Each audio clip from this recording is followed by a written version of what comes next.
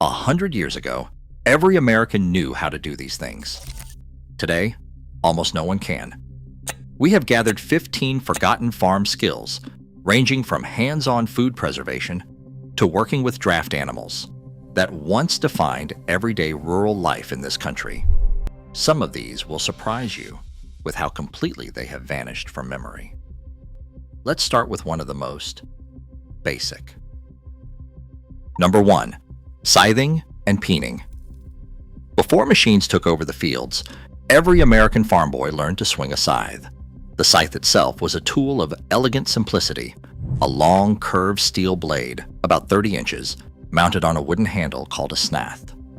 To mow a field, the operator planted his feet and swept the blade in a wide, low arc, cutting grass or grain clean at the base. A strong man could mow 1 to 2 acres in a day, sometimes more if the grass was light and the weather cool.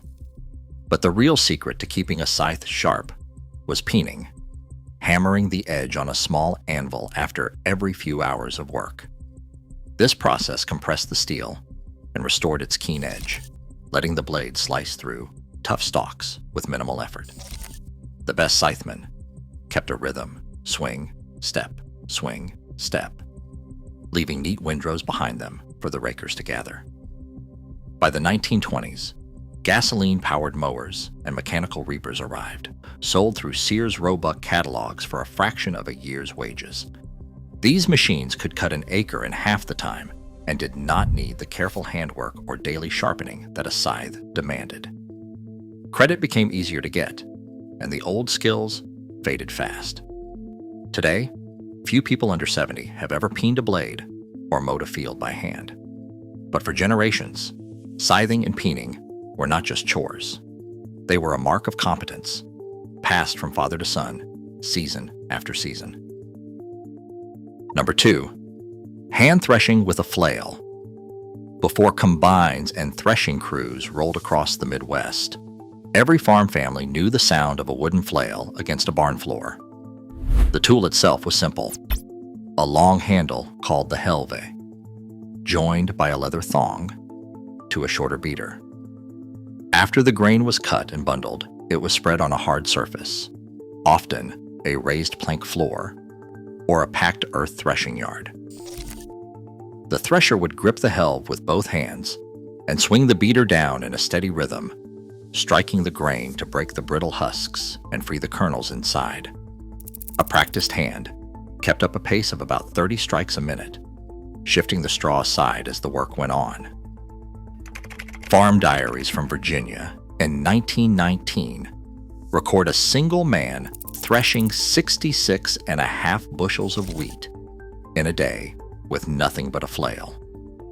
The trick was to hit hard enough to crack the straw, but not so hard as to smash the grain.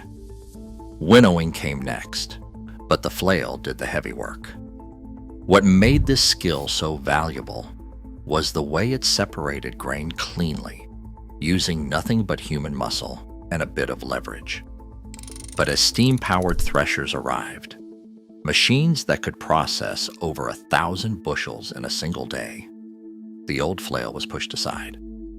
By the 1920s, even small farms started hiring out to the big threshing rigs, and the knowledge of how to swing a flail faded into memory. Today, the flail is a relic, hanging on the wall of a museum, a reminder of just how much sweat and timing once went into every loaf of bread. Number 3. Split rail and stone fence building. Fencing in livestock and marking property lines was not a job for store-bought wire back in the early 1900s. Instead, farmers split oak logs by hand, using wedges and mauls to cleave the timber along the grain. Each rail was notched at the ends so it would interlock with the next, forming a zigzag wall that stood firm without a single nail. In rocky regions, families gathered field stones, stacking them carefully to build dry-laid walls. No mortar, just skill and patience. Oak rails could bear the weight of a bull leaning hard against them, thanks to the wood's natural strength. Limestone walls, thick and heavy, shrugged off winter's freeze-thaw cycles that would crack lesser materials. Building a fence was a community affair. Neighbors would gather for fence days, trading labor and swapping stories as they worked the line. But the arrival of mass-produced barbed wire in the 19-teens changed everything. Suddenly, a man could fence a pasture in hours, not weeks, for a fraction of the cost. By the 1920s, extension bulletins and catalogs were pushing wire as the modern solution, and the old skills faded fast. Today, a split-rail fence is a rare sight, more likely to be found bordering a historical site than a working farm. Yet for generations, knowing how to split a rail or dry stack a stone was as much a part of rural life as milking or planting, a mark of a man's ability to shape the land with his own two hands. Number 4 on our list, milk handling without refrigeration. In the days before electric coolers and pasteurization, every farm wife knew how to keep milk sweet through the hottest months of the year. Cows were milked by hand, usually at dawn, into a wooden bucket scrubbed clean the night before. The fresh milk was strained through a cloth to catch stray straw or hair, then poured into shallow pans set in the coolest part of the house.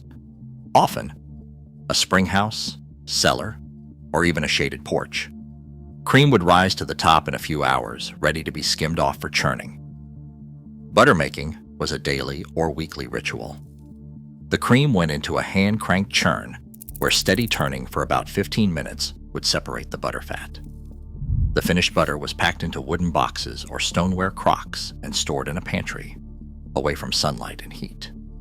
Without refrigeration, timing and cleanliness were everything.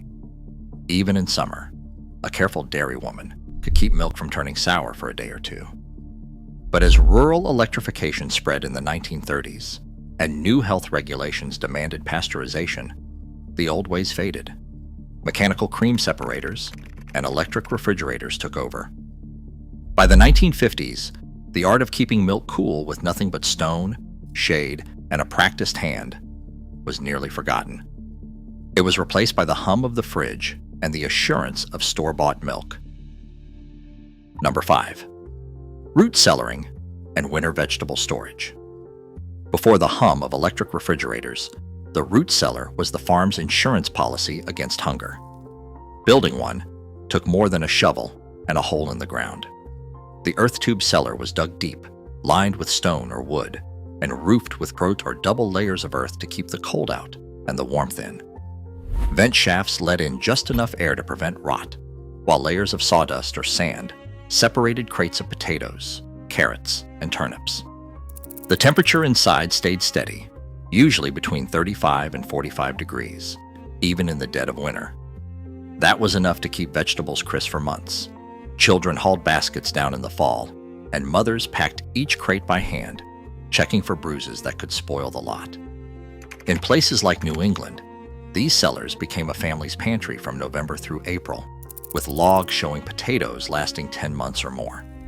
But once electric refrigeration arrived in the 1930s, and canning factories started selling jars by the crate, the root cellar faded from daily life. Today, most houses have no trace of one, just a patch of grass where the old door once stood. Yet for generations, knowing how to store a winter's worth of food underground was as basic as knowing how to plant a seed. Across all 15 of these lost skills, one hard truth stands out. Self-reliance was once built into daily life, not bought online or outsourced. When memory fades, so does know-how. The real loss isn't just technique, it's independence. That's the wisdom we risk forgetting for good.